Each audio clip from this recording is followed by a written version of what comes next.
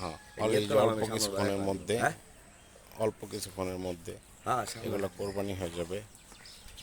দেখা গেছে 2-2.5 ঘন্টা পরে মানুষের পেটে থাকবে।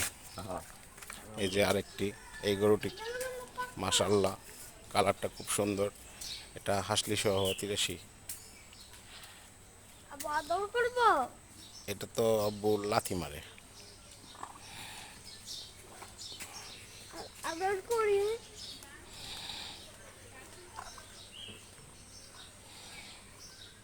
আমার বাতিজা ও গরু খুব ভালো ফালাইতে পারে, এসে গেছে পালোয়ান।